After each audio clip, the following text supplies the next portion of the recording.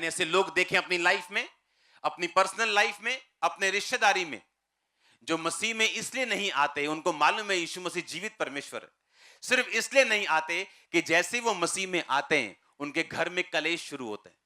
सिर्फ कलेश के डर के मारे वो मसीह में नहीं आते, लेकिन उन्हें यह मालूम नहीं कि सारी उम्र पोती पर के घर में नौकरी करने से यह अच्छा है कि आप सच्चाई के लिए खड़े हो जाएं और 80 साल राज्य करें।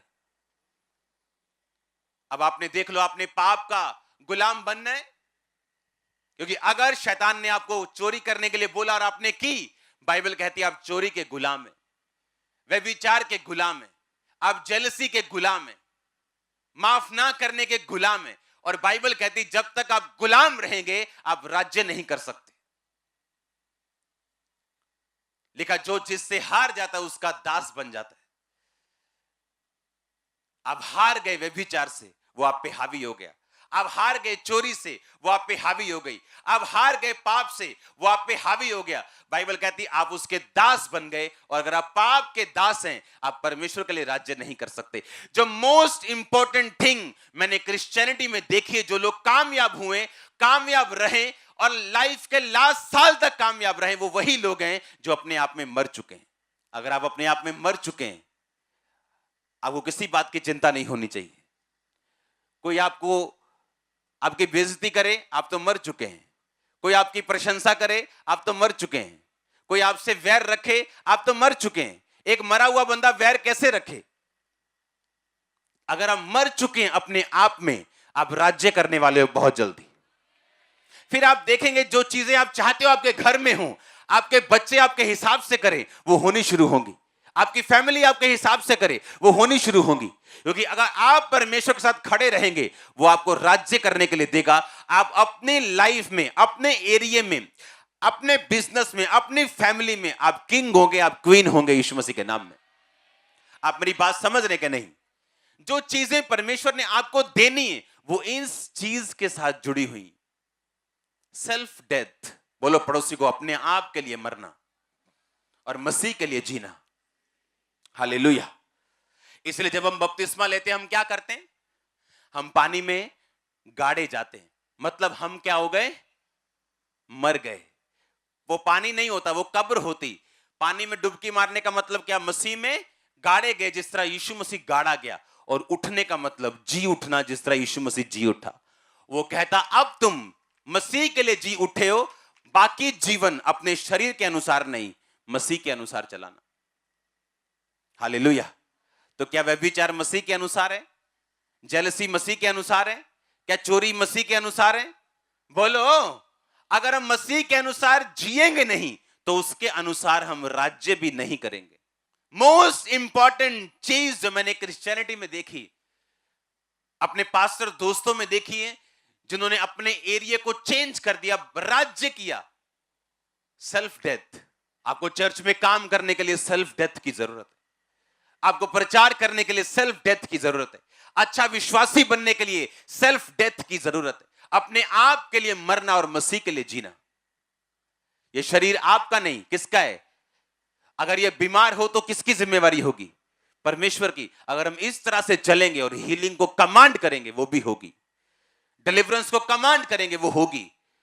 हम जो मांगेंगे हमें मिलेगा। हालेलुया। अपने पड़ोसी को बोलो सेल्फ डेथ, ऊंची आवाज में बोलो, अपने आप के लिए मरना। इसलिए प्रभु यीशु मसीह ने क्या कहा? उसने कहा अगर तू मेरा अपना क्रूस उठा के मेरे पीछे ना चले तो तू मेरे योग्य नहीं। प्रतिदिन अपना क्रूस उठा के अगर तू मेरे पीछे ना चले तो तू मेरे योग्य नहीं। एवरी डे उसने कहा अपने आप के लिए तू मर चुका है।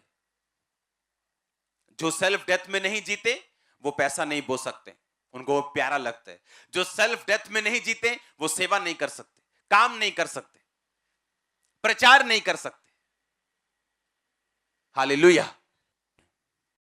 Daniel, Shadrach, Meshach, Abednego self death में जी रहे थे। कैसे? क्योंकि उन्हें खोजा, उन्हें किन्नर बना दिया गया था। उन्हें मालूम था उनकी शादी नहीं होगी। वो सिर्फ परमेश्वर के लिए जी रहे थे। सुबह प्रार्थना, दोपहर प्रार्थना, रात प्रार्थना। मूसा वो शादीशुदा था लेकिन बाइबल कहती सेल्फ डेथ में था। यह सबूत इस बात का यह है कि उसने मिस्र की गद्दी को छोड़ के आम लोगों के साथ वो हो गया, क्योंकि वो सेल्फ डेथ में था। कोई पैसा नहीं छोड़ेगा अगर वो अपने आप में मरा हुआ नहीं। विरोध करना नहीं छोड़ सकता अगर अब मरा हुआ नहीं। जरूर बदला लेगा अगर वो मरा हुआ नहीं है तो, लेकिन अगर मरा हुआ है अपने लिए वो बदला नहीं लेगा। क्या लाश बदला लेती है कभी? लाश बदला लेती है कभी? लिखा अपने आप को मरा हुआ समझो और मसीह में जीवित समझो। हालेलुया। लाश बदला नहीं लेती। लाश प्रशंसा करने पे हंसती नहीं, ना तो बुरा मानती। परमेश्वर ने कहा तुम मसीह में जब बपतिस्मा लेते हो तुम अपने आप के लिए मर गए और मसीह के लिए जी उठे। अगर इस तरह से जीवन जियोगे, इस आकाश के नीचे का कोई भी शैतान आपको डिस्टर्ब नहीं कर पाएगा। अगर इस तरह से आप लाइफ जियोगे तो परमेश्वर वो कर पाएगा जिसको करने के लिए उसने आपको अपने पास बुलाया। उसकी योजना अलग थी यूसुफ के लिए, मूसा के लिए अलग थी, डैनियल के लिए अलग थी, पतरस के लिए अलग थी, पौलुस के लिए अलग थी, और आप सबके लिए अलग है और सबके लिए बड़ी है। और सब आप एक एक जन मोस्ट इंपॉर्टेंट वीआईपी पर्सन हो परमेश्वर के सामने। सिर्फ प्रचारक ही नहीं, आप सब लोग, एवरीबॉडी। लेकिन प्रचारक डिफरेंट क्यों रहता है? क्योंकि वो कॉल्ड है इस काम को करने के लिए और वो परमेश्वर को वो समझता है जो वो आपको समझा रहे हैं।